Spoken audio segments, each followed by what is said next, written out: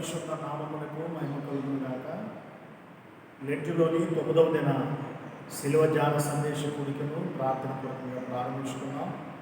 దయచేసి అందరూ తల వంచి ప్రార్థనలో ఏకీవించాలని మనం చేస్తున్నాం. అత్యంత కృపా కనికరం కలిగిన మా దేవ, ఈ పరిశుద్ధమైన శ్రేష్టమైన నామాన్ని బట్టి మీకు వందనాలు చెల్లిస్తున్నాం.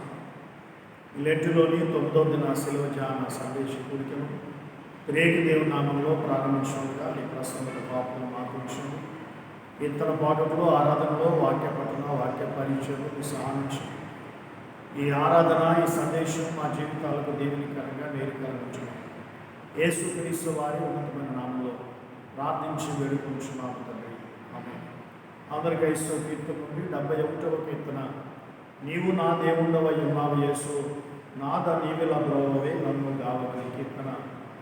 మొదటి చరణం, మూడవ చరణం, చివరి చరణం పాడుకొని నీవు నా దేవుండవై ఉన్నావు యేసు, నాద నీవిల బ్రోవే నన్ను గావని నీవిల బ్రోవే నన్ను గావని పాప మానవ శాపభారమును విసిల్వను బడిన క్షేమాధిపతి సర్వభూపతి క్షేమాధిపతి సర్వభూపతి నీవు నా దేవుండవై ఉన్నావు యేసు, నాద నీవిల బ్రోవే నన్ను గావని నీవిల బ్రోవే నన్ను గావని జీవమారి త్రోవనే బడి చావనై యున్నాను పతిత పావన యాత్మ జీవన పతిత పావన యాత్మ జీవన నీవు నా దేవుండవై ఉన్నావు యేసు, నాద నీవిల బ్రోవే నన్ను గావని నీవిల బ్రోవే నన్ను గావని పాపమున రూపుమాపితి పాపు నీవన్ నామితి నిన లేపవా కృపను చూపవా నన్ను లేపవా కృపను చూపవా నీవు నా దేవుండవై ఉన్నావు యేసు, నాద నీవిల బ్రోవే నన్ను గావని నీవిల బ్రోవే నన్ను గావని. కుమారుని యొక్కయు పరిశుద్ధాత్మ యొక్కయు నామమున ఆమేన్. ప్రభువా మమ్మను కనికరింపుము, క్రీస్తు మమ్మను కనికరింపుము, ప్రభువా మమ్మను కనికరింపు. తండ్రికిని కుమారునికిని పరిశుద్ధాత్మకును ఆది యందు ఇప్పుడు ఎల్లప్పుడూ యుగయుగములకున్నట్లు మహిమ కలుగును గాక, ఆమేన్. దేవుని పరిశుద్ధ వాక్య భాగం చదువుకుందాం. లెంటులోని 9వ దిన శిలువ ధ్యాన సందేశం కొరకు ఏర్పాటు చేయబడిన సువార్త పాఠ్యభాగం మత్తయి సువార్త 22వ అధ్యాయం పరిశుద్ధ వాక్య భాగం ద్వారా మత్తయి సువార్త 22వ అధ్యాయం 17వ వచన భాగాన్ని చదువుకుందాం. నీకేమి తోచున్నది? కైసరుకు పండించుట న్యాయమా కాదా? మాతో చెప్పుమని అడుగుటకు హేరోదేవుతో కూడా తన శిష్యులను ఆయన యొద్దకు పంపి. పరిశుద్ధ వాక్యమును ప్రభువు మన వినికిడిలో దీవించును గాక, ఆమేన్. ప్రార్థన చేసుకుందాం. దయచేసి అందరూ తల వంచి ప్రార్థనలో ఏకీవించాలని మనం చేస్తున్నాం. అత్యంత కృపా కనికరం కలిగిన మా దేవ, మీ పరిశుద్ధమైన శ్రేష్టమైన నామాన్ని బట్టి మీకు ఆశీర్వాదం చెల్లిస్తున్నాం. మా జీవితాలు మీరు మాకు ఇచ్చిన మరొక లెంటు కాల సందేశాన్ని బట్టి మీకు స్తోత్రాలు. చదువుబడిన లేఖన భాగాన్ని మా నికుల్లో దీవించి ఈ లేఖన భాగములకు ఆంతర్యం మా వ్యక్తిగత కుటుంబ జీవితాలకు అన్వయం చేసుకోవడానికి మీ కృపనిమ్మని వేరే మాట్లాడి మహిమను పొందమని యేసుక్రీస్తు వారి శ్రేష్టమైన నామంలో ప్రార్థించి వేడుకొంచున్నాము తండ్రి. ఆమేన్. దేవుని పరిశుద్ధ నామమునకు మహిమ కలుగును గాక.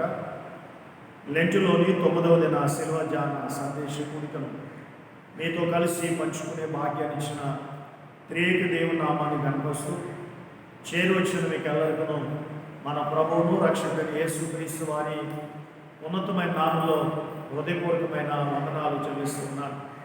దేవుడు తన మహాప్రభు చేత గతకాల పరిచర్య అంతట్లో కూడా తన కృపాస్తాన్ని మనతో ఉంచారు. అందును బట్టి మనందరము దేవుని స్తుతించబద్దులమైన ప్రతికూల పరిస్థితులు వెంటాడుతున్నాయి. మరి వైరస్ సెకండ్ స్టెప్ స్టార్ట్ అయిందని వింటున్నాం. కొన్ని దేశాల్లో లాక్డౌన్ జరుగుతుంది. కానీ దేవుడు తన కృప చేత మన ప్రాంతాన్ని తన బలిష్ట హస్తాలతో బలపరిచి మనందరము అనుదిన ధ్యాన సందేశాలు వినగలిగే భాగ్యాన్ని, ఆయన సన్నిధిలో గడిపే భాగ్యాన్ని ప్రభు అనుగ్రహిస్తున్నారు. అందుకు మనం దేవునికి కృతజ్ఞతాస్తుతులు చెల్లించబద్దులమైనాం. ఈ లెంటులోని 9వ దిన శిలువ ధ్యాన సందేశ కూడిక ద్వారా మనం నేర్చుకున్న అంశం ఏంటంటే విధేయత అనే మాట. విధేయత, ఒబడియన్స్ అనే మాట. విధేయత అనగా లోబడుట, ఆజ్ఞను గైకొనుట, లేక చెప్పింది చేయుట, ఆచరించుట అనే అర్థాన్ని మనం చూస్తాం. విధేయత అనే పదం చాలా ప్రాముఖ్యమైనది. ఎక్కడ విధేయత ఉంటుందో అక్కడ వినయం ఉంటుంది, ఎక్కడ వినయం ఉంటుందో అక్కడ విజయం ఉంటుంది. మానవ జీవితాల్లో విజయాన్ని చూడాలంటే విధేయత అనేటువంటి ఆధ్యాత్మిక గుణాన్ని తప్పక మనం కలిగిన వారు ఉండాలి. మొదటిలో ఆది మానవుడైన ఆదాము దేవునికి విధేయుడు ఉండవలసిన వాడిగా ఉండి అవిధేయుడు. దేవునికి విధేయుడు ఉండవలసిన వాడు అవిధేయుడు. కారణం ఏంటంటే దేవుని మాట వినకపోవడం, దేవుని ఆజ్ఞను గైకొనడం. అవిధేయుడైనటువంటి మానవుని రక్షించడానికి దేవుడు తన కుమారుని క్రీస్తును విధేయుడిగా పంపించాడు. గనుకనే పౌలు భక్తుడు అంటాడు, మొదటి ఆదాము ద్వారా అవిధేయత కలిగితే కడపటి ఆదాము విధేయత కలిగిన వాడికి వచ్చాడు. కాబట్టి పరిశుద్ధ లేఖన భాగాల్లో మనం చూస్తున్నాం, విధేయత అనేటువంటిది మాట వినడం, లోబడడం. ఆలోచన చేస్తే కనుక పరిశుద్ధ వాక్యంలో మనం చూస్తున్నాం, అబ్రహాము దేవునికి విధేయుడైనాడు. అబ్రహాము దేవునికి విధేయత కలిగి ఉన్నాడు కాబట్టి తన కుమారుని ఇస్సాకు కూడా తండ్రికి విధేయుడైనాడు. చెట్టు మంచిదైతే ఫలం కూడా మంచిగా ఉంటుందట. మంచి చెట్టు మంచి ఫలం ఇస్తుంది, కాని చెట్టు కాని ఫలం ఇస్తుందని వాక్యం సాధిస్తుంది. కాబట్టి మనం విధేయత కలిగిన వారిగా దేవునికి లోబడి ఆజ్ఞ గైకొని ఆయన మాట వినవలసిన వారముగా ఉన్నాం. పరిశుద్ధ వాక్యంలో మనం జ్ఞాపకం చేసుకుంటే ఫిలిప్పీయులకు రాసిన పత్రిక 2వ అధ్యాయం 8వ వచనంలో యేసుక్రీస్తు వారిని గురించి పౌలు భక్తుడు ఫిలిప్పీ సంఘానికి చెప్తాడు, ఆయన విధేయత చూపిన వాడే తను తాను రిక్తునిగా చేసుకుని లోకానికి వచ్చాడు. విధేయత అనేది ఎలా ఉంటుందో యేసుక్రీస్తు దగ్గర మనం నేర్చుకోవాలి. ఆయన తండ్రికి విధేయుడయ్యాడు, తండ్రి మాట విన్నాడు, తండ్రి ఆజ్ఞను గైకొన్నాడు. నన్ను పంపిన వారి చిత్తము నెరవేర్చుట దేవుని చిత్తము అంటారు ఆయన. కాబట్టి విధేయతలో ఉన్నటువంటి భావాన్ని యేసుక్రీస్తు వారి ద్వారా ఈ లోకంలో మనం నేర్చుకోవలసింది. కనుకనే భక్తుడు జ్ఞాపకం చేస్తున్నాడు, విధేయతకే అర్థం చెప్పిన వినయ మనస్కుడా, విధేయులుగా ఉండ మాదిరి నేర్పిన మనుష్య కుమారుడా, అవిధేయత తొలగించుమయా, నీ దీన మనసు కలిగించుమయా, అవిధేయత తొలగించుమయా, నీ దీన మనసు కలిగించుమయా, విధేయతకే అర్థం చెప్పిన వినయ మనస్కుడా, విధేయులుగా ఉండ మాదిరి చూపిన మనుష్య కుమారుడా. ఆయన మనుష్య కుమారుడు ఈ లోకానికి వచ్చి తండ్రికి విధేయత చూపిన వాడే మనము దేవునికి ఎలాగ విధేయత చూపించాలో ఈ వాక్యం ద్వారా శ్రమిస్తున్నాం. అవిధేయులుగా జీవిస్తున్న ఇశ్రాయేలు ప్రజలు పరిశుద్ధ వాక్యంలో నేటి పాత్రమందుల పాఠ్య భాగాన్ని మనం చూస్తే యెషయా గ్రంథం 29:14-16 వచనాలు పాత్రమందుల వాక్యంగా ఏర్పాటు చేయబడింది. అక్కడ మనం జ్ఞాపకం చేసుకుంటే కనుక అవిధేయులే జీవిస్తున్న ఇశ్రాయేలు ప్రజల యొక్క జ్ఞానము వ్యర్థమవుతుంది, బుద్ధి మరుగైపోతుంది అంటున్నాడు దేవుడు. వారు అవిధేయులుగా ఉన్నారు, దేవుని మాట వినట్లా, దేవుని మాటకు లోబడట్లా. కనుక చాలా పర్యాలు యెహోవా దేవుడు ఇశ్రాయేలు ప్రజల గురించి మాట్లాడుతున్నాడు. ఇశ్రాయేలు, నేను నా మాట విన్నాడు, నీకు ఎంత మేలు అన్నాడు. నీవు నాకు విధేయత చూపిస్తే, నీవు నాకు లోబడితే నువ్వు ఎంత మేలు పొందుకుంటావు అన్నాడు. కాబట్టి 29వ అధ్యాయము 13వ వచనాన్ని కూడా యెషయా గ్రంథంలో మనం జ్ఞాపకం చేసుకుంటే, మాటలు ఆలోచన చేస్తే కనుక తో గణపరుస్తున్నారు, కానీ మీ హృదయం మాత్రం నాకు దూరంగా ఉంది. మీరు మాటలు మాత్రం వల్లిస్తున్నారు, పెదాలతో పదాలు చాలా చక్కగా పలుకుతున్నారు, కానీ మీ హృదయం మాత్రం నాకు దూరంగా ఉంది అంటున్నారు. పైకి విధేయులుగా ఉన్నట్టు ఇశ్రాయేలు ప్రజలు నటిస్తున్నారు, కానీ అంతరంగంలో వారు అవిధేయతని చేదైన వేరుని కలిగి ఉన్నారు. కాబట్టి 29:16 అంటాడు, అయ్యో ఎంత మూర్ఖులు అంటాడు కదా. వక్ర బుద్ధి కలిగిన వారు ఉన్నారు, ఎంత మూర్ఖమైన స్వభావాన్ని కలిగి ఇశ్రాయేలు జీవిస్తున్నారని ప్రవక్త యెషయా ద్వారా దేవుడు మాట్లాడుతుంటాడు. వక్ర బుద్ధి గలవారు. కొమ్మరి మట్టిని ప్రశ్న ఒకటేనా? కొమ్మరి మట్టి ఒకటేనా? మట్టి వేరు, కొమ్మరి వేరు. కానీ ఆనాటి ప్రజలకు అవిధేయత ఎలా ఉందంటే కనుక దేవుడు మానవుడు ఒకటే అనేటువంటి ఆలోచనలో వారి జీవితాలు ముందుకు పడుతున్నాయి. కాబట్టి పరిశుద్ధ వాక్యం సంవత్సరం మాటలు రూపింపబడినది, రూపించిన వానికి విధేయత చూపించాలి. దేవుడు మానవుడు ఒకటి కాదు, మట్టి కొమ్మరి ఒకటి కాదు. మట్టిని కొమ్మరి మంచి పాత్రగా ఏర్పాటు చేస్తాడు, మంచి పాత్రగా నిర్మిస్తాడు. ఆ నిర్మించినటువంటి ఆలోచన చేస్తూ రూపింపబడిన పాత్ర రూపించిన వారిని ప్రశ్నించకూడదట. ఈనాడు చాలా చోట్ల మనం చూస్తున్నాం, మానవుడు దేవుడిని ప్రశ్నించేవాడిగా ఉన్నాడు. గమనించి ఇదే మాటలు మనం జ్ఞాపకం చేసుకుంటే కనుక అవిధేయత అనేటువంటిది మనిషిని దేవునికి దూరం చేస్తుంది. ఆదికాండ గ్రంథం 3వ అధ్యాయం 8వ వచనంలో ఆదామును దేవుడు పిలుస్తున్నాడు, ఆదామా ఎక్కడున్నావు? నేను నీకు భయపడి చెట్ల చాటును దాగున్నాను అన్నాడు. అవిధేయత అనేటువంటిది మనిషి జీవితంలో భయాన్ని కలుగు చేస్తుంది, దాగుకునేలా చేస్తుంది. గమనించాడు, అతడు దాగుకోవడానికి ప్రయత్నించాడు. కనుకనే పరిశుద్ధ లేఖన భాగం మనం చూస్తాం. 139వ కీర్తన 7 నుండి కొన్ని చరణాలు మనం జ్ఞాపకం చేసుకుంటే దావీదు అంటాడు, అయ్యా నీ నుంచి తప్పించుకోవడం నా వల్ల జరిగింది. నేను ఆకాశం మీద అక్కడున్నాను, భూమి వేస్తే భూమి మీద ఉన్నావు, భూమి యొక్క అంతర్భాగాలు ఉన్నావు, నీ నుండి తప్పించుకోవడం నా వల్ల కాదు. మనుషుడు తప్పుదమ చేసి తాను చేయలేదనేటువంటి ఆలోచనతో కొనసాగుతున్నాడు. విధేయతగా ఉన్నట్టుగా నటిస్తూ అవిధేయత కలిగిన వాడిగా ఉన్నాడు. కాబట్టి పరిశుద్ధ లేఖన భాగం సమస్యఉంది, కంటిని చేసిన వాడు కానకుండా చెవిని చేసిన వాడు అనుకుంటున్నా. ఆనాటి ఇశ్రాయేలు అవిధేయత కలిగి దేవుడు మా అవిధేయత చూడట్లేదులే, మేము పైకి భక్తి కలిగిన వారు ఉన్నాం కదా, లోబడే వారు ఉన్నాము కదా అన్నట్టుగా వారు తమ జీవిత విధానాన్ని కొనసాగిస్తున్నారు. కనుకనే పరిశుద్ధ లేఖన భాగం సమస్యన్నది, ఎవడును నన్ను చూడడానికి వచ్చున్నాం. యెషయా గ్రంథం 40 ఆలోచన చేసే కనుక 49:7 ఎవడు నన్ను చూడడు కదా అనుకుంటున్నావు? నన్ను దేవుడు చూడడు అనుకుంటున్నావు. దేవుడు ఆకాశం ఉన్నాడు, మనం భూమి మీద ఉన్నాం. ఆకాశం ఉన్న దేవునికి భూమి మీద ఉన్న సమస్తము కూడా తేటగా కనబడతాడు. దేవుని కంటికి మరుగైనది లేదు అని పరిశుద్ధ లేఖన భాగం సాగిస్తుంది. ఆనాటి ఇశ్రాయేలు ప్రజలు అవిధేయులుగా జీవిస్తున్నారు, విధేయత కలిగిన వారిగా నటిస్తూ ఉన్నారు. కానీ దేవుడు వారి అవిధేయత విషయంలో వారిని గర్దిస్తున్నాడు. దేవుడు తమ వంటి వాడే అనే అభిప్రాయాన్ని వారు కలిగి ఉన్నారు. మట్టి కొమ్మరి ఒక్కటి అన్నట్టుగా దేవుడు కూడా తమ వంటి వాడనే అభిప్రాయాన్ని వారు కలిగి ఉన్నారు. మొదటి నేరం. రెండవదిగా దేవుడు లేడు అనే అభిప్రాయం. కీర్తనలో 14వ సంకీర్తన మొదటి చరణంలో దేవుడు లేడని బుద్ధిహీనులు తమ హృదయంలో అనుకుంటారు, వారు బుద్ధిగా చెడిపోయిన వారు. దేవుడు ఆలోచన చేస్తే గనక తమ వంటి వాడు అనుకునేటువంటి ఆలోచన.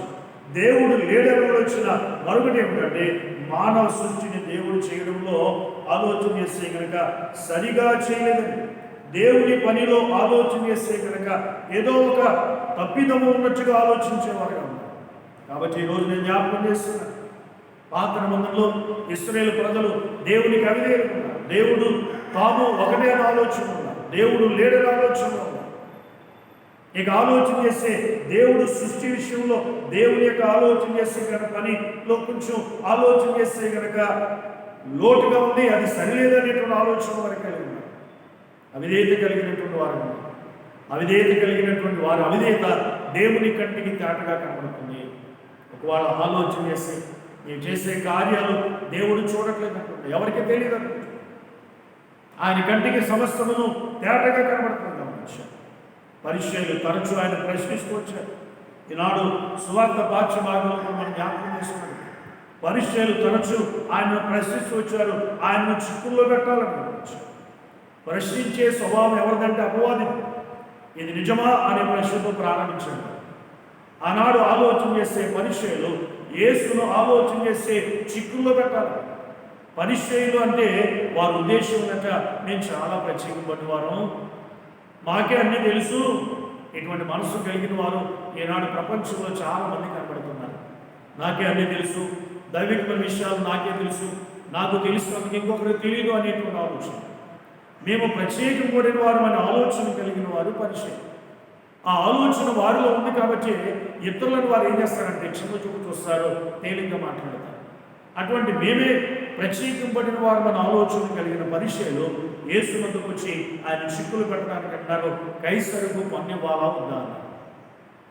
దాని ముందు మాట్లాడుతున్నప్పుడు పరిశుద్ధ వాక్య భాగంలో కూడా మనం జ్ఞాపకం చేసుకున్నది కనుక నేటి దినాన్ని చదువుబడిన పరిశుద్ధ వాక్య భాగంలో 22వ అధ్యాయము మత్తయి సువార్త 15 నుంచి మనం చదువుకున్న గమనించారు. బోధకుడా, నీవు సత్యవంతుడు, దేవుని మార్గమును సత్యమును బోధించేవాడు, నువ్వు ఎవరిని లక్ష్య పెట్టినవాడు అని మేము ఎరుగుదాం అంటే దేవుని యొక్క గొప్పతనాన్ని గురించి దేవుని దగ్గర మాట్లాడి దేవుని ఆలో తప్పు పట్టుకునే ప్రయత్నాన్ని వారు చేస్తున్నారు. నీవు సత్యాన్ని గురించి బోధించేవాడు, నీవు నీతి మార్గాన్ని గురించి బోధించేవాడు మాకు తెలుసు. అయితే ఒక సందేహం ఉంది మాకు. ఆ సందేహం ఏంటంటే కైసరుకు పన్నించుట న్యాయమా కాదా చెప్పమంటున్నారు. గమనించారు. వీరి ఉద్దేశం ఏంటంటే కనుక కైసరులకు పన్నించుట న్యాయమా కాదని యేసు అడిగితే ఏం చెప్తాడు ఈయన? కైసరుకు పన్ను ఇవ్వాలి అని అడిగితే కనుక ఆలోచన చేస్తే కనుక కైసరుకు పన్ను కట్టాలని చెప్తే కనుక ప్రజల దగ్గరికి వెళ్ళి ఇతడు పాలకుల పక్షంగా ఉంటున్నాడు, ప్రజలకు నష్టాన్ని చేస్తున్నాడని ప్రజలు రెచ్చగొట్టాలని వారి ఉద్దేశం. రెండవదిగా పన్ను కట్టాలి అనేటువంటి ఆలోచన కలిగించండి. పన్ను కట్టొద్దు అనగా ఆలోచన చేస్తే రాజద్రోహం చేస్తున్నాడు, రాజ్య పరిపాలన ఇతను ఆటంకంగా ఉన్నాడని ఆలోచన చేసి అధికారులకు చెప్పాలని ఆలోచన. యేసు ఏమి చెప్పినా దానిని తప్పుగా పరిగణించాలని ఆలోచన వారు కలిగి ఉన్నారు. కట్టొద్దు అంటేనేమో రాజద్రోహని ముద్ర వేయడానికి, కట్టాలి అంటేనేమో ప్రజలను తిరుగుబాటు చేసేవారిగా చేయాలని ప్రయత్నిస్తున్నారు. కానీ యేసయ్య వారికి చక్కని సమాధానం చెప్పారు. 22వ అధ్యాయము ఆలోచన చేస్తే కనుక మనం జ్ఞాపకం చేసుకుంటే 22వ వచనంలో కైసరుని ఒక నాణ్యం తీసుకున్నామన్నాడే. ఆ నాణ్యం వారు తీసుకొచ్చారు. ఇప్పుడు ఆ నాణ్యం ఎలా ఉండేదంటే ఒక పైన కైసరిక ఫోటో ఉండేది, మరొక పక్కన కైసరిక సంతకం ఉండేది. అవి చూపించిన వెంటనే యేసయ్య వాడుతున్నాడు. ఒక ధ్యానాన్ని తెచ్చారు. ఒక ధ్యానాన్ని మనకు ₹100, అదొక రోజు కూలి. ఆ దినాల్లో ఒక రోజు కూలి వంటి నాగని తీసుకొచ్చారు. ఆ నాన్నని చూపించి ఆయన అన్నాడు, కైసరివి దేవునివి దేవునికి అన్నాడు. దీనిని వారు ఆలోచనలో పడ్డారు. ఏమిటి ఇలాంటి సమాధానం వచ్చింది? మేము అడిగితే పన్ను కట్టాలనో కట్టొద్దనో ఈ రెండింటిలో ఏదో చెప్తారనుకున్నాం, కానీ ఏమిటి ఇలా చెప్పాడు? కైసరు అంటాడు, దేవునికి అంటున్నాడు. ఏమిటి? ఈరోజు నేను జ్ఞాపకం చేస్తున్నాను. ఆలోచన చేస్తే కనుక ఈ లోకంలో మనం జీవిస్తున్నప్పుడు ప్రభుత్వానికి కొన్ని పన్నులు కట్టాలి. ఇంటి పన్ను, నీటి పన్ను, ఇలాగో రకరకాల పన్నులు ఉంటాయి. అవి చెల్లిస్తే వాటి ద్వారా ప్రభుత్వం మంచి పరిపాలన అందిస్తుంది. కాబట్టి పరిశుద్ధ లేఖన భాగంలో మనం చూస్తున్నాం. శకెము నమ్మి పేతురుతో యేసయ్య నాకు కూడా పన్ను కట్టమని చెప్పిన సందర్భాలు కనబడుతున్నాయి. అయితే ఒకటి జ్ఞాపకం చేస్తున్నాను, ఈ పన్ను కట్టే విధానంలో వారితో మాట్లాడుతూ యేసయ్య అంటున్నాడు, మీరు పన్ను కట్టండి, అధికారులను గౌరవించమని వాక్యం సవరిస్తుంది. పన్ను కట్టండి, దేవునికి మనుష్యుని కైసరుకి ఉంటారు. కైసరు కట్టే పన్ను కైసరు కట్టండి. అయితే దేవుని బట్టి ఏంటి అనే విషయాన్ని మనం జ్ఞాపకం చేసుకుంటే కనుక యేసు వారి చెడుతనముని ఎరిగి వారికి మాటలు మాట్లాడుతున్నారు. వారు వ్యతిరేక ధోరణి కలిగి ఉన్నారు కాబట్టి రచ్చగొట్టే ధోరణి కలిగి ఉన్నారు. కాబట్టి యేసయ్య వారికి అంటున్నారు, ఆలోచన చేస్తే కనుక దేవునివి దేవునికి ఇవ్వండి అన్నారు. మార్టిన్ లూథర్ గారు తన బోధనలో చెప్తూ అంటాడు, క్రైస్తవుడు 2 రాజ్యాలకు చెందినవాడు. ఈ లోక రాజ్యానికి చెందినవాడు, పరలోక రాజ్యానికి చెందినవాడు. ఈ 2 రాజ్యాల విషయంలో తన బాధ్యతతో జరిగించాలి అంటాడు ఆయన. నిజమే, ప్రభుత్వ పాలకులుగా మన పైన నాయకులు ఉన్నారు, మనం ప్రజలు ఉన్నాం. మనం చెల్లించవలసిన పన్ను మనం చెల్లించాలి. దేవునివి దేవునికి ఇవ్వమంటే అర్థం ఏంటంటే చాలాసార్లు మనం పాడుతుంటాం, కానుకలు పట్టే సమయంలో సమర్పణ చేయము ప్రభువునకు నీ దేహము ధనము సమయం. అంటే ధనాన్ని దేవునికి ఇవ్వాలి, నీ దేహాన్ని కూడా దేవునికి ఇవ్వాలి. దేవునివి దేవునికి అంటే అర్థం ఏంటి? దేవుడు ఆలోచన చేసి రూపాన్ని ఇచ్చాడు, నీవు దేవుని వ్యక్తి, ఆయన స్వరూపాన్ని నీకు ఇచ్చాడు, ఆయన పోలిక నీకు ఇచ్చాడు, ఆయన జీవాన్ని నీకు ఇచ్చాడు. మనం దేవుని పోలికలో చేయబడ్డాం. మనకు కలిగిన ప్రతి అవయవము దేవునిది, మనకు అధికారం. మీరు నా సొత్తు, మీరు విలువ పెట్టి కొనబడిన వారు అంటాడు ఆయన. దేవునివి దేవునికి ఇవ్వాలి. ఆయన ద్వారా మనం సూచించబడ్డాం. మన పైన మనకు అధికారం లేదు. మనము దేవునికి సజీవ యాగంగా మనం సమర్పించుకోవలసినటువంటి వారు. కాబట్టి దేవునివి దేవునికి నిజమే. ఈ డబ్బు కూడా ఆలోచన సంపద అంటున్నాం. ఇది కూడా ఎవరిచ్చారు మనకి? ధనం గొప్పదా దైవం గొప్పదని రీసెర్చ్ జరిగిందట. ఆ రీసెర్చ్లో చాలామంది ధనమే గొప్పదని చెప్తున్నారు.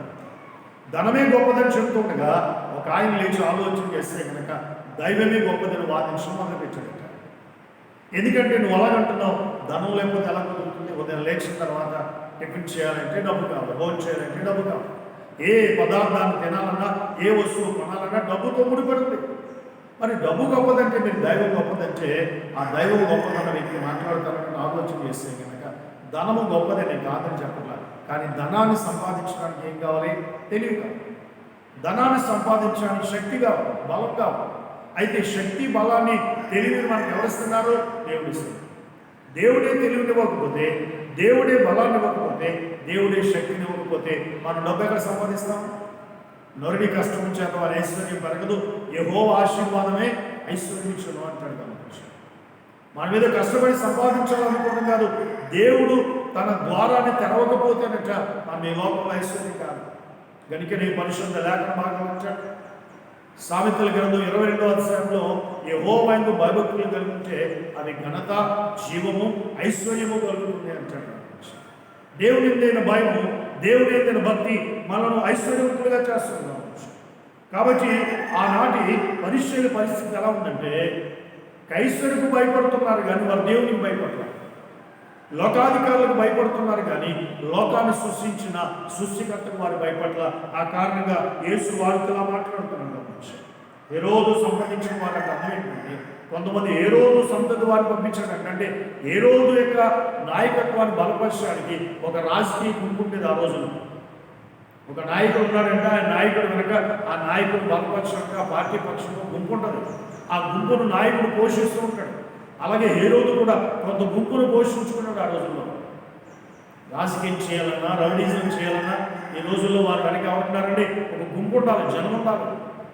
యథార్థంగా జీవించేవాడికి ఏ సపోర్ట్ అవసరం.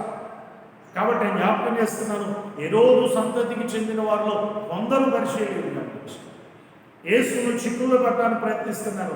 దేవునికి వారు లోబడలేని ప్రజలుగా ఉన్నారు గమనించారు. కాబట్టి నేను జ్ఞాపకం చేస్తున్నాను, హేరోదు పక్షంగా ఉన్నవాళ్ళనగా ఇశ్రాయేలును ఏలడానికి హేరోదు కుటుంబాన్ని బలపరిచి ఒక రాజకీయమైన గుంపు అది ఉండవచ్చు. ఆ రాజకీయ గుంపు హేరోదు పక్షంగా మాత్రమే వారు మాట్లాడుతున్నారు. కాబట్టి యేసయ్య చెప్పిన సమాధానానికి వారు భయపడ్డారు. పన్ను కట్టవద్దు అని చెప్పలేదు ఆయన, అలాగే పన్ను కట్టొద్దు అని చెప్పరా.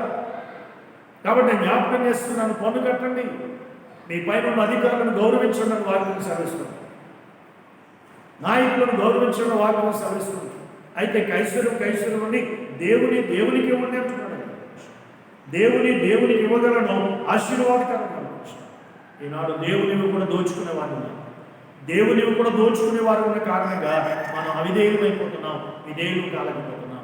నాకు ఇవ్వాల్సిందా నాకు ఇచ్చి నన్ను శోధించండి, అప్పుడు ఆకాశ వాక్యం ఇప్పి విస్తారమైన దేవుడు మీకు ఇస్తాను అన్నాడు. దేవుడివి దేవునికి ఇవ్వాలి, దేవునికి ఇవ్వడం మనం దేవునికి లోబడేవారు ఉంటాం. ఎప్పుడైతే దేవుడిని కూడా నావి అనే ఆలోచన కలిగి ఉంటామో మన జీవితాల్లో ఎంతో నష్టాన్ని మనం చూడవలసిన పరిస్థితి. యేసే చెప్పిన సమాధానం ఆలోచన చేసి వారు ఏమి చెప్పాలో తెలియని పరిస్థితులు అయితే గమనించు. ఆ మాట అన్నప్పుడు కైసరు దేవుడికి దేవుడు మనకి శక్తినిచ్చాడు, ఆ పని కొరకు ఇద్దాం. దేవుడు మనకి తెలివినిచ్చాడు, ఆయన పని కొరకు వాడదాం. దేవుడు మనకు ఆరోగ్యం ఇచ్చాడు, ఆ ఆరోగ్యాన్ని ఆయన పని కొరకు వాడదాం. నువ్వు ప్రతిదీ ఏమి చేసినా దేవుని యొక్క సువార్త వ్యాప్తి కొరకు నీవు లోబడి ప్రయాసపడవలసిన వాడు. ఆనాడు ఇశ్రాయేలు ప్రజలు దేవుని మాట వల్ల దేవునికి అవిధేయత కలిగి ఉన్నారు. ఈనాడు ఇక్కడ ప్రధాన ఆలోచన చేస్తే పరిశీలి కూడా హేరోదు పక్షం ఉన్న రాజకీయ గుంపు కూడా అవిధేయత కలిగి యేసు పట్ల వ్యతిరేక ధోరణి వారు కలిగి ఉన్నారు. కాబట్టి ఇక్కడ జ్ఞాపకం చేస్తున్నది కనుక పరిశుద్ధ లేఖన భాగం చెప్తున్నది, ప్రజలు ప్రభుత్వం ఆలోచన చేసే పట్ల విధేయత కలిగి ఉండాలి. ప్రజలు ప్రభుత్వానికి లోబడాలి, ప్రభుత్వం నియమ నిబంధనలు పాటించవలసిన అవసరం ఉన్నాయి. కానీ ఆనాడు పరిస్థితులు ఎలా ఉన్నాయంటే బాహ్యమైన అధికారులకు వారు లోబడేవారు ఉన్నారు, కానీ సృష్టికర్తకు లోబడేవారుగా లేని పరిస్థితిని వారి జీవితాల్లో మనం చూడగలుగుతున్నాం. కనుకనే పరిశుద్ధ లేఖన భాగంలో సెలవిస్తూ ఉంటాడు. ద్వితీయోపదేశకాండం 23వ అధ్యాయంలో మనం జ్ఞాపకం చేసుకున్నది కనుక పరిశుద్ధ వాక్య భాగం ద్వారా ద్వితీయోపదేశకాండం 23వ అధ్యాయము 21వ వచనంలో చక్కని మాట మోషే భక్తుల ద్వారా దేవుడు సెలవిస్తూ ఉంటాడు. ఆ మాట ఒకసారి మనం జ్ఞాపకం చేసుకుందాం. 23వ అధ్యాయము పరిశుద్ధ వాక్యం ద్వారా 21వ వచన భాగాన్ని ఒకసారి మనం జ్ఞాపకం చేసుకుందాం. నీవు నీ దేవుడని యెహోవాకు మొక్కుకొని తరువాత ఆ మొక్కుబడి నుంచి చెల్లింపకుంటే తడవు చేయకూడదు. నీ దేవుడని యెహోవా తప్పక నీ వలన దాన్ని రాబట్టుకును. ఒకవేళ నువ్వు అనుకుని దేవుడికి ఇవ్వకపోతే అది దేవుడు ఎలాగో తీసుకోవాలని తెలుసు. అంటే నువ్వు అనుకున్న ప్రకారం ఇవ్వకపోవడం అవిధేయత. నీ యొక్క దాన్ని ఎలాగో తీసుకోవాలో దేవుడు తెలుసు. కొందరు దేవుని సన్నిధికి రమ్మని పిలిస్తే రాదు, కానీ ఒక కష్టం వచ్చిందంటే మాత్రం, ఒక అనారోగ్యం వచ్చిందంటే, ఒక వ్యాధి వచ్చిందంటే పరుగున దేవుని సన్నిధికి వస్తారు, దేవుని పాదాలు చెందబడతారు. నువ్వు దేవుని సన్నిధిలో ఆయనకి ఇవ్వవలసిన వాటిని ఇవ్వకపోతే నీ ద్వారా ఎలాగో రాబట్టుకోవాలని తెలుసు. కానీ ఆయన రాబట్టుకునే అవకాశం రాకముందే నీవు ఇవ్వవలసిన వాటిని ఆయనకి ఇచ్చి నీవు దేవుని యొక్క దీవులను పొందవలసినటువంటి అవసరం కలిగి గమనించావు. కాబట్టి ప్రజలు ప్రభుత్వం లోబడాలి, వారి బాధ్యతలు జరిగించాలి. అయితే ఆలోచన చేస్తే కనుక దేనినైతే తమ హృదయంలో ఆలోచన చేస్తే కనుక ఆరాధనకు అర్పణకు ప్రాముఖ్యత ఇవ్వట్లేదు. వాళ్ళు పౌలు భక్తుడు జ్ఞాపకం చేస్తాడు, సనుగు కొనకయు బలవంతంగా కాకయు నేను హృదయపూర్వక దేవుడికి ఉండి ఉత్సాహంగా ఇచ్చిన వారిని దేవుడు ఎంతో ప్రేమించానంటారు. దేవునికి ఇవ్వడంతన పాఠ్య భాగంలో ఇశ్రాయేలులో అవిధేయత కలిగిన వారు ఉన్నారని జ్ఞాపకం చేసుకున్నాం. పత్రిక పాఠ్య భాగంలో ఆనాటి పరిచయులు హేరోదు సంబంధికులు దేవుని పట్ల అవిధేయత కలిగిన వారు ఉన్నారు, కానీ లోక సంబంధ నాయకుల పట్ల విధేయత కలిగి ఉన్నారు. దేవుని పట్ల అవిధేయత కలిగి ఉన్నారంటే అర్థం ఏంటంటే దేవుని మాట వినకపోవడం, దేవునికి లోబడకపోవడమే. ఈరోజు కీర్తన 61వ కీర్తన ఉత్తర పక్షుత్రంగా ఏర్పాటు చేయబడింది. ఆ కీర్తనలో దావీదు జ్ఞాపకం చేస్తూ ఒక చక్కని మాట జ్ఞాపకం చేస్తాడు, దేవునికైతే తమ హృదయాన్ని ఇస్తానంటాడు. గమనించి నా హృదయాన్ని ఇస్తాను, ఆరాధనను అర్పణిస్తాను, తన జీవితం ఇవ్వాలి. యేసు మాటకు ఆలోచన చేసి వారికి ఆశ్చర్యం కలిగింది.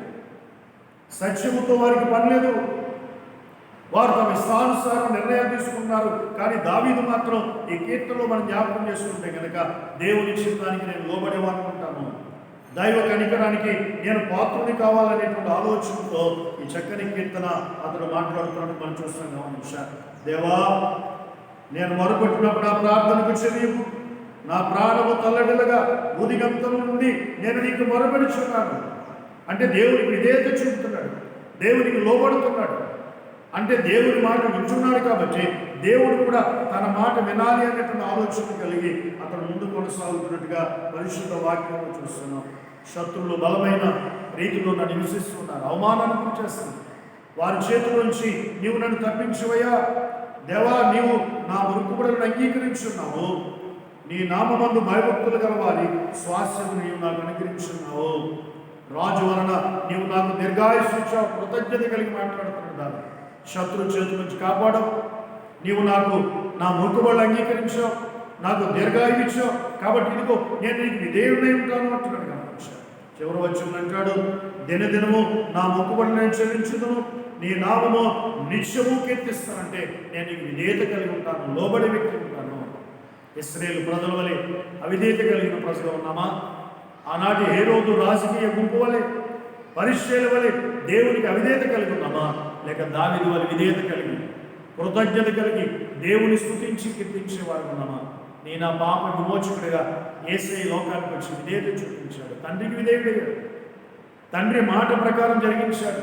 ఆ విధేయత కలిగినటువంటి క్రీస్తుకు ఏ లోకంలో అవమానం కలిగింది, ముళ్ళ కిరీటం వచ్చింది. ఏ లోకానికి ఆయన వచ్చాడు విధేయుడుగా. విధేయుడు వచ్చినటువంటి క్రీస్తు పట్ల నీవు నేను కూడా ఆలోచన చేసేటువంటి ఆలోచన కలిగి ఉన్నాను. పాపుల కొరకు ఆయన విధేయుడికి లోకానికి వచ్చాడు. తగ్గింపు మనసుతో వచ్చాడు. దేవుని తనయుడు మనుష్య కుమారుడికి లోకానికి వచ్చాడు. కనుకనే భక్తుడు అన్నాడు, దేవతనయ్య క్రీస్తునాదుండా అయ్యో పాపులాకై ప్రాణమిచ్చితివా, పరలోకం విడచి వచ్చితివా, దేవుడే నిన్ను పంపినాడా, దేవతనయ్య క్రీస్తునాదుండా అయ్యో పాపులాకై ప్రాణమిచ్చితివా, దేవలోకం విడచి వచ్చితివా, దేవుడే నిన్ను పంపినాడా. పాపులాకే వచ్చినావు, ప్రాణదానము చేసినావు.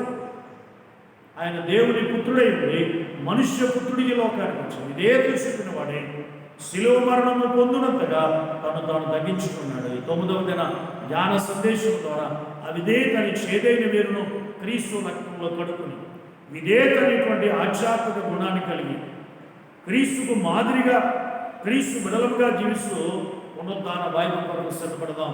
ప్రభు మాటలు మన ఇంట్లో దీవించును గాక. ఆమేన్. ప్రార్థించేద్దాం. నల్ల మనిషిని అత్యంత కృప కలిగిన దేవా మీకు వందనాలు. ఈ 9వ దిన శివ జ్ఞాన సందేశం ద్వారా విధేయత అంశాన్ని మామూలించారు. మీరు విధేయుడిని లోకానికి వచ్చారు, తండ్రికి లోబడ్డారు, తండ్రి ఆజ్ఞ కైకొన్నారు.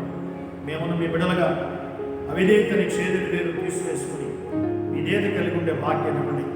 ఆనాడు ఇశ్రాయేలు ప్రజలు అజ్ఞాన దశలో ఉన్నారు. ఉమ్మడి మట్టి ఒకటనే భ్రమలో వారు ఉన్నారు. దేవుడు మానవుడు ఒకటే, దేవుడు లేడు, దేవుడు మానవుడు చేయడంలో కొద్దిపాటి ఇబ్బందికర పరిస్థితులు ఉన్నవారు వారు దేవుడు తలంచి వారు దేవుని పట్ల అవిధేయత కలిగిన వారు ఉన్నారు.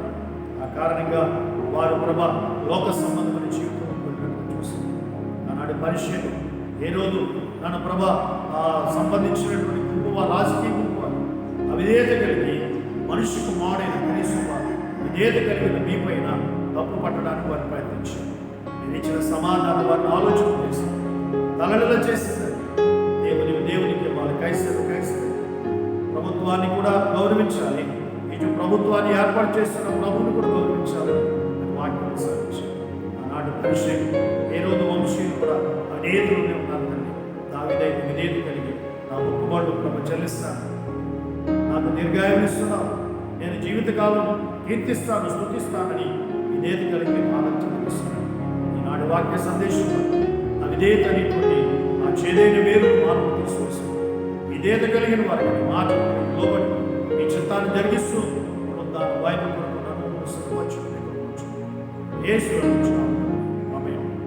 ముందర మా తండ్రి నీ నామం పరిశుద్ధపరచుకుని కాక, నీ రాజ్యం వచ్చుకుని కాక, నీ చిత్తం పరలోకమును నెరవేర్చుకుని భూమి మీద నెరవేర్చు.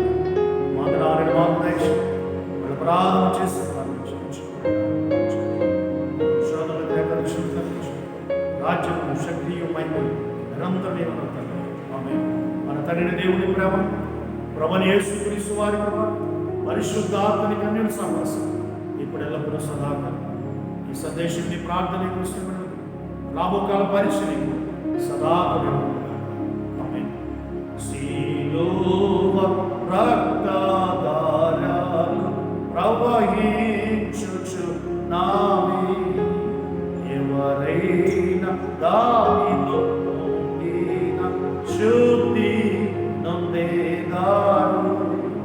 నీ నమ్ముకొంటిని